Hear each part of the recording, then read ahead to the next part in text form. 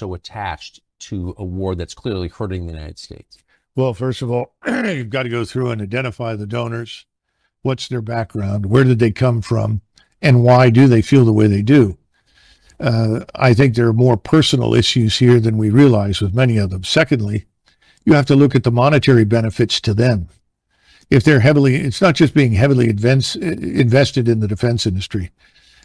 You've seen that report from the Oakland Institute, which talks about arable land in Ukraine, the breadbasket of Europe, some of the richest, most fertile soil anywhere in the world.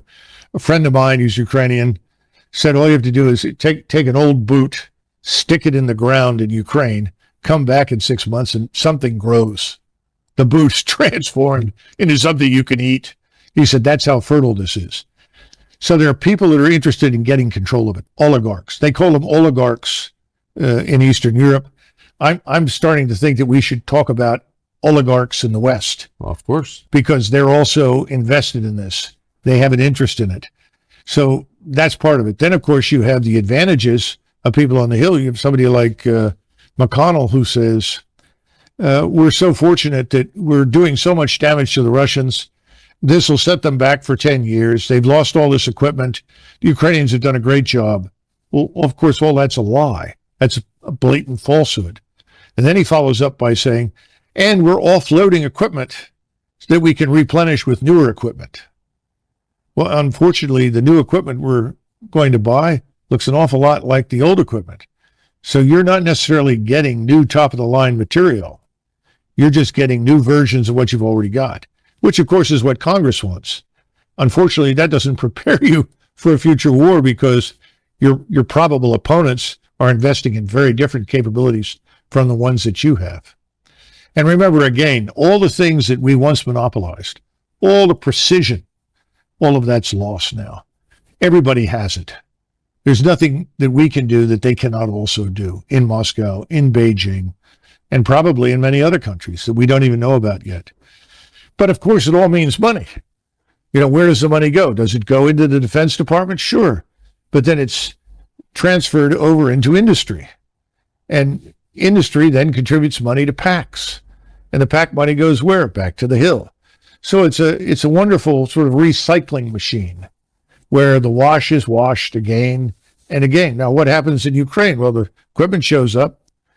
Some of the equipment reaches the troops. A lot of it is sold off, ends up in arms bazaars like Kosovo, or we see it now being used by the drug cartels. We saw somebody working for one of the major cartels that is also involved in human trafficking walking around with a Javelin missile, the whole kit. Well, where did that come from? Well, it came from Europe. Probably may have gone from Europe to Afghanistan, Europe to North Africa, Europe to the Balkans, and then over into the United States, south of the border. You can't be the only person who spent your life as an Army officer who's reached these conclusions. Like, what are they thinking at the Pentagon? There have to be people who've come to the same positions. We have right now, I think, 43, could be 44. It's usually 43 or 44, 4-star generals and admirals. You have to think about that.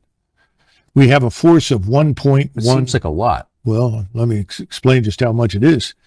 We have 1.12 million people in the armed forces. In other words, you add up all the armed services, that 1.12 million.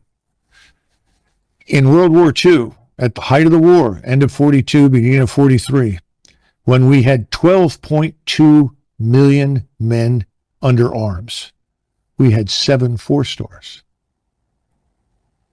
7 4-stars. I can tell you who they were. You had George Marshall, Chief of Staff of the Army, Douglas MacArthur commanding in the Pacific, Eisenhower commanding in Great Britain and in the European theater, Hap Arnold for the Air Force. Unofficially, he was the vice chief, but he was effectively commanding the air forces. And then you had Leahy, who was in the White House, Admiral Leahy as the liaison officer. He was effectively the unofficial chairman of the Joint Chiefs for FDR. Then you had Nimitz and King. King was the CNO, and Nimitz commanded in the Pacific. Now, somehow or another,